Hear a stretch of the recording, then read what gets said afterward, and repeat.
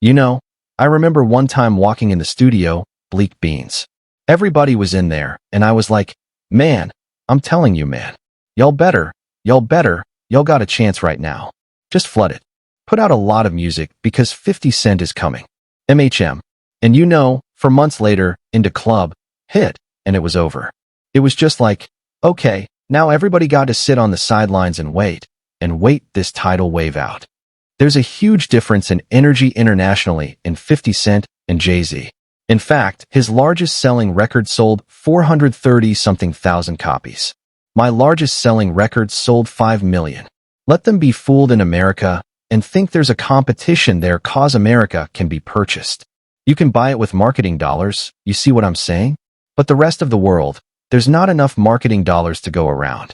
That's why I made a statement about Taylor Swift. I wish he would come take one of my awards so I could black his eye in front of everybody. And Jay disagrees. I want everyone to be clear. No one's scared of 50 Cent. Does that bother you? Does it bother you? No, it doesn't bother me. It's just his choice. Why would you have to make that clear when no one's ever asked me if I'm afraid of Jay-Z? The public is responding to his punk presentation. It's not 50 Cent. I don't have a problem with him. Kanye would not take a trophy from me. Neither Jay-Z, right? Neither one of them. What? What would you have? We had an altercation, right? Jay-Z's spotless reputation is under attack and 50 Cent is leading the charge. Cheating whispers, secret contracts tied to Beyoncé, grooming accusations, and behind-the-scenes sabotage. Everything that was once only whispered in the industry is now surfacing loud and clear. For years, Jay-Z has been painted as the untouchable mogul, the man who calls the shots. But insiders say he used his position not to uplift the culture, but to control it, keeping artists in check with threats, deals, and industry blockades. And now 50 Cent is finally exposing just how deep those power moves really went. Their beef isn't new, it's legendary. It started back in the late 90s when 50 shook up the rap world with How to Rob and boldly called Jay-Z a poser. That wasn't just a diss, it was a warning shot. Even then, 50 saw through Jay's carefully crafted image. To him, Jay wasn't a fighter. He was a gatekeeper, all bark and no bite. You couldn't be bigger than Jay-Z. You couldn't sell more records than Jay-Z. But all you had to do was listen to Beanie Sigel. And Beanie Sigel was like, oh my God. Yeah, he said that. That was the first of me actually hearing it. Like, oh, underscore. Like I used to have questions like why every time my album dropped Jay would drop right on top. He wouldn't let me breathe or right before me. Like I was always close and I always thought like, damn, if a kid back then had $20 saved up and you was gonna buy an album under the same house, Rockefeller, between Jay and Beanie, 9 times out of 10 you'd buy the Jay-Z album. I never understood that every single album that I dropped Jay dropped right on top. I was like, damn. Like to have in-house competition at that magnitude is crazy. Jay already the boss, but I always thought that like, let me breathe. But to maliciously plot to hold me back? I don't know, man. I don't believe that. I don't want to believe that. I mean, but like I said, Dame would know better than me. Leaning on connections to shut doors instead of battling face to face. And history shows 50 wasn't lying. Look at how Jay handled Nas. Instead of relying solely on lyrical skill, Jay allegedly pulled every industry lever he could to crush Nas's momentum, even plotting release dates to interfere with his album sales. The same playbook was used against 50 when he was rising. Jay tried to flood the market before Get Rich or Die Trying hit, hoping to drown out one of the most explosive debuts hip-hop had ever seen. He didn't succeed, but the attempt revealed just how threatened he really was. And it wasn't just the legends Jay aimed at. His own people weren't safe either. Beanie Sigel, once a loyal soldier under Rockefeller, found himself blackballed when Jay allegedly timed his own projects to sabotage Beanie's shine. Imagine that. Your mentor dropping projects just to keep you in the shadows. Loyalty meant nothing when Jay's spotlight was on the line.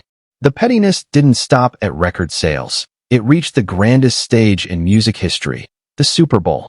According to insiders, Jay-Z allegedly worked behind the scenes to block 50 Cent from even touching that platform. The only reason 50 got his rightful spot was because Eminem personally went to bat for him. M demanded that 50 be added back to the roster, making sure his brother wasn't erased from one of the biggest hip-hop moments ever. That single act showed who was real and who was just playing gatekeeper. Meanwhile, 50 Cent built a whole different kind of reputation, one rooted in loyalty. 2020, y'all.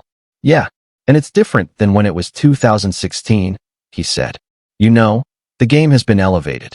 We had a black billionaires lunch. We here together, we getting tighter. United we stand.